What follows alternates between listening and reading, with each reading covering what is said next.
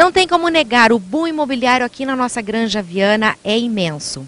E eu vou agora decifrar para vocês como fazer uma boa venda na hora de você vender o seu imóvel. Maria Elisa, você é expert no assunto. O que as pessoas, na hora de vender o seu imóvel, quais as providências que elas devem tomar para não correr erros, né? Cris, é o seguinte, primeiro a gente precisa definir o que é uma boa venda, né?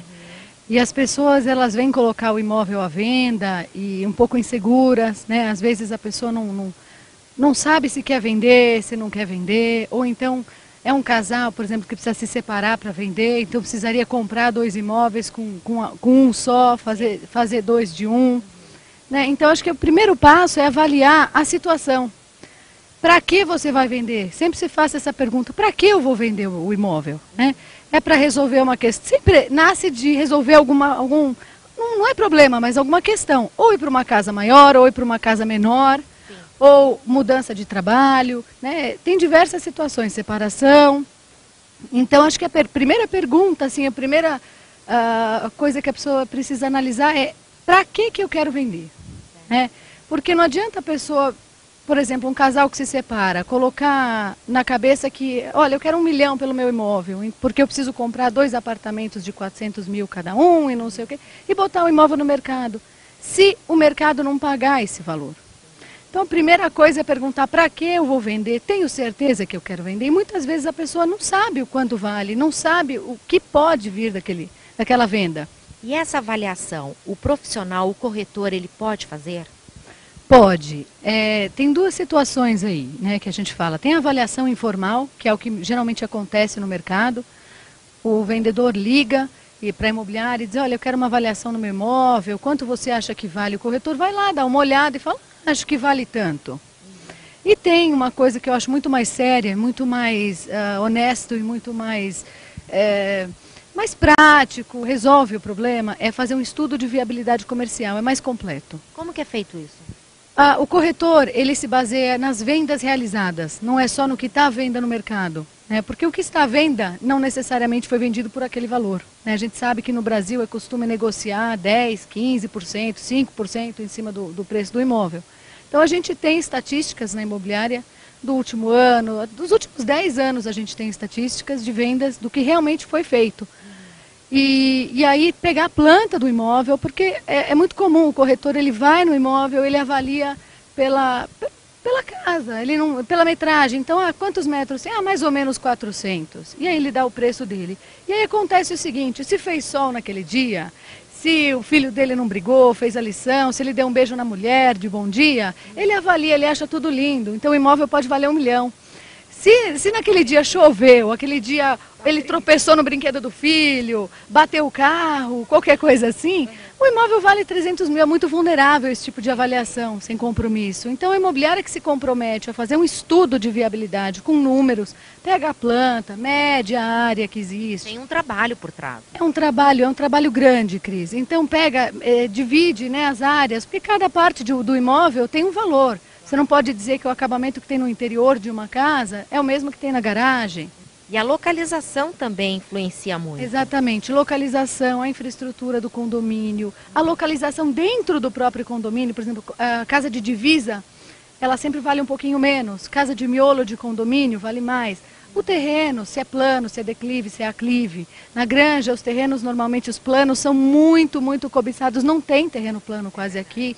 Então, assim, o terreno plano vale bastante. Então, a gente leva muita coisa em consideração na hora de fazer esse estudo. Ele é cobrado, então, porque leva muito tempo do corretor. Mas é aquela história, você toma remédio sem receita? É um costume do brasileiro ir na farmácia e falar, olha, eu estou com uma dor de garganta, você me medica, né? E a mesma coisa, quer dizer, o profissional, o corretor de imóveis, ele foi preparado, né? Ele estudou para fazer esse tipo de avaliação. E se você tem o cuidado de solicitar essa avaliação, mesmo sem saber se você vai colocar seu imóvel à venda, você paga por essa avaliação, mas pelo menos você tem certeza absoluta do que ele vale. Uma outra curiosidade, eu sei que muitas pessoas que estamos assistindo também têm, a parte da documentação, Maria Elisa, isso é muito importante, né? Isso é. Imagina, na hora de fechar um contrato tem um pepino. Não, esse é o maior medo das pessoas, tanto que compram quanto as que vendem, porque Tem um estudo do Secov que, em média, as pessoas no Brasil, elas compram 2 casas, 2 residências. É uma média, óbvio que tem gente que compra durante mais, a vida. durante a vida inteira. Né? Então, para você ter uma ideia, é que as pessoas não negociam, não é igual comprar um sapato, né, Cris, que você vai lá e troca. Então, o investimento, muitas vezes, do patrimônio todo que a pessoa tem, que juntou o dinheiro da vida toda. Então, tem que tomar muito cuidado. Na Granja tem algumas peculiaridades, como em Alphaville tem a questão do laudêmio, né, que todo mundo fala, que é área indígena, então tem que tirar o laudêmio e tudo. Aqui tem a questão da verbação, porque a Granja é uma região que nasceu como sendo chácaras, né? Eram chácaras de fim de semana, então as pessoas naquela época não se preocupavam muito em colocar, fazer a planta, colocar a construção na matrícula. Né? A matrícula do imóvel é como se fosse o RG. É um histórico de tudo o que aconteceu com aquele imóvel desde o início. Então as pessoas não se preocupavam em averbar e tudo. Então hoje em dia na Granja você tem aí 60%, 70% dos imóveis, a matrícula só consta o terreno. Então a pessoa precisa aprovar uma planta, regularizar, recolher INSS, fazer toda essa parte de documentação. E na hora de você vender, o melhor de tudo é você já ter isso pronto. Né? Porque muitas pessoas, mais de 80% hoje dos nossos compradores, compram com financiamento bancário. E se não tiver aprovado, se não tiver com a documentação certinha, em ordem, tudo correto, o banco não aprova. Uma outra curiosidade, Maria Elisa, é verdade que quanto mais visitas eu tiver, mais chances eu tenho de vender o meu imóvel? É peculiar isso, Cris, porque assim, tem muito proprietário que acha isso e cobra da gente. Olha, não tem ninguém visitando meu imóvel, eu gostaria de ter visita todo fim de semana e tudo, o que está acontecendo? A pessoa espera aquele boom imobiliário de repente. E não é assim, eu acho que quanto mais a gente filtrar o perfil do cliente, mais chances a gente tem de vender. E a gente não quer fazer da casa dos nossos proprietários, dos nossos vendedores, um turismo imobiliário. Né? Um entra e sai de gente que não tem potencial para comprar, que não é o perfil daquela casa.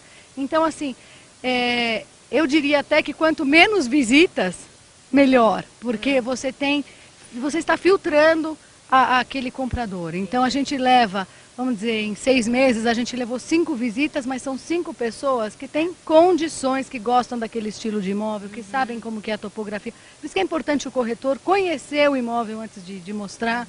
Né? E o comprometimento, quer dizer, o imóvel entrou no cadastro, eu já peço para os meus corretores, vão lá conhecer, veja como é que é o terreno, como é que é, e pergunta para o teu cliente, comprador, o que ele quer, mas até, assim, detalhes pequenos, né? Como você gosta de árvore, você gosta de vegetação, que estilo de construção você gosta, porque assim, a gente vê isso acontecer. Você leva um cliente numa casa, ele gosta de casa clean, branquinha, tudo, você leva numa casa rústica. Você frustra o cliente, o corretor perde tempo, o vendedor perde tempo, porque ficou lá preso. Então, esperem visitas, mas não muitas. Agora, uma outra dúvida. Aquela coisa de fazer a sua venda direta, sem imobiliária, sem ninguém. Como é que funciona isso? Olha, muita gente quer economizar, né? A real é essa. Economizar a comissão da imobiliária. Comissão da imobiliária, pelo Cresce, que é o órgão que regulamenta a nossa profissão, está de 6% a 8% do valor de venda. Né? Então a pessoa quer economizar esses 6% a 8%. Acaba colocando placa na sua residência. Outra coisa, a placa é importante colocar? Eu quero saber também isso. É seguro, não é? Então, a placa de venda direta, além de não ser seguro, porque qualquer um pode bater ali, pegar teu telefone, ligar, querer visitar, você não tem como filtrar. Imobiliária, nada, a gente pega dados do cliente, a gente conversa com a pessoa algumas vezes, a gente vê a pessoa, coloca no nosso carro, a gente é responsável por aquele cliente. A venda direta, você fica fisicamente exposto e você fica exposto com relação a pagamento, como que é aquele cliente, a procedência, a saúde do negócio. O negócio não fica saudável, quem vai garantir aquela transação? Né? Então, às vezes, o barato sai caro. Né? A gente não fala isso porque a gente quer que faça. Lógico, a gente quer que faça pela imobiliária e tudo.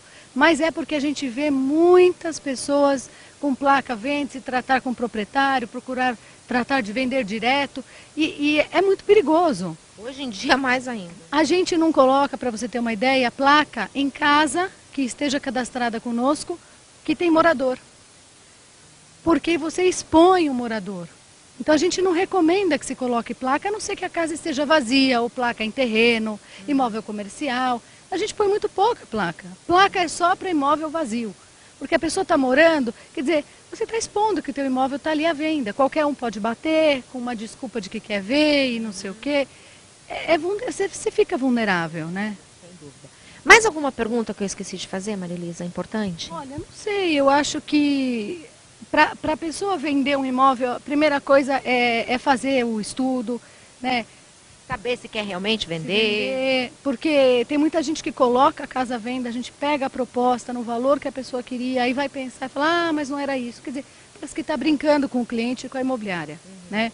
Então, realmente decidir se você quer mesmo vender antes de dar o segundo passo, que é cadastrar a imobiliária. Outra dica que eu dou é assim, trabalhar o mesmo valor em todas as imobiliárias. Porque isso acontece, assim, acontecem confusões grandes por conta disso. A pessoa diz assim, por exemplo, eu quero 300 mil na minha mão. Aí uma imobiliária trabalha com 6%, a outra com 7%, a outra com 8%, a outra com 4%, que é proibido, que não é contra a regulamentação, mas tem gente que faz, né? E aí o que trabalha com 5%, vamos dizer, botou lá 315 mil, sem margem de negociação e sem nada. A pessoa que trabalha com 6 já vai colocar 318, pode colocar margem, pode por 5, 10 mil de margem, cada um põe um preço. E o cliente que está vendo isso na internet, o que ele pensa? Poxa, eu vou no lugar que está mais barato o imóvel. Né? Isso acontece. E tem duas coisas que influenciam. Uma é essa questão da comissão e do valor de negociação, a margem que sempre tem. E outra é a falta de atualização das imobiliárias. Isso também é um problema grande, porque as imobiliárias, elas deveriam atualizar cada 40, 60 dias, ligar para o proprietário do imóvel, olha, continua a venda, como é que está e tudo. Claro. E muitas imobiliárias não fazem isso. Então tem casas à venda de 2 anos atrás, com preço de 2 anos. E a gente atualiza, cada 2 meses no máximo a gente liga e vai atualizando o valor. E aí o cliente vê barato em um site e mais caro em outro. Ele vai no site mais barato, chegou lá, o corretor mostra a casa pelo valor inferior, mas não consegue vender. Então, assim, nem sempre o barato é o melhor, é aquilo, o barato acaba saindo caro em questão de tempo, prejuízo, você fica emocionalmente desgastado porque você pensou que ia comprar por um valor e não compra, né? E a questão do comissionamento, então, para os proprietários que estiverem aí escutando a gente, assistindo, é muito importante trabalhar com o mesmo valor em todas as imobiliárias. Então façam um acordo, olha, eu dou 6%, eu não trabalho com 7% ou com 8%, eu dou 6%. E eu quero que minha casa esteja à venda por tal valor. Não falem quanto vocês querem na mão, porque essa conta da margem há muita discussão. E outra coisa, Cris, é a exclusividade. Me tirou da boca. A exclusividade é uma coisa muito bacana. Nos países de primeiro mundo, ela é uma prática de mercado que deveria ser aqui. O Cresce e o Secov estão batalhando bastante nesse sentido. E a exclusividade, ela garante algumas comodidades, né? A comodidade de você ter certeza que o teu imóvel vai ser anunciado, onde e quantas inserções. É a comodidade de você centralizar tudo em uma imobiliária, em um corretor só. E a comodidade de você saber com quem você está falando, filtrar esses clientes. A imobiliária faz um trabalho muito mais direcionado ao teu imóvel, né? A gente tem batalhado aí, temos algumas exclusividades aí ótimas, lindas, que depois a gente pode até apresentar. E eu recomendo a todos que procurem a imobiliária da tua confiança e peçam para que a imobiliária apresente a proposta de exclusividade. Cada uma tem a sua, cada um divulga numa mídia diferente, tem um projeto legal. Cada um do teu jeito, mas eu recomendo trabalhar com exclusividade sim. As pessoas pensam que a exclusividade, não, vou deixar em uma só e vou perder chance. Não. É o contrário. E todo mundo... Você vai ter um tratamento diferenciado. E todas podem vender quando uma tem exclusividade. O que acontece é que aquela comissão, ela é dividida entre as duas imobiliárias que venderem. Então a imobiliária, ela faz a divulgação daquele imóvel, se for outra que vende, elas dividem a comissão. É melhor pegar metade do que não pegar nada, né, Cris? Não é? É tão bom falar com você que você consegue esclarecer de um jeito assim tão simples que quem está assistindo com certeza tira todas as suas dúvidas. Obrigada, Marilisa, por esse bate-papo gostoso. Olha, e qualquer dúvida, vou incomodar ela aqui, ó. Não é comigo não, tá bom? Quem é expert no assunto é ela. Obrigada mais uma vez.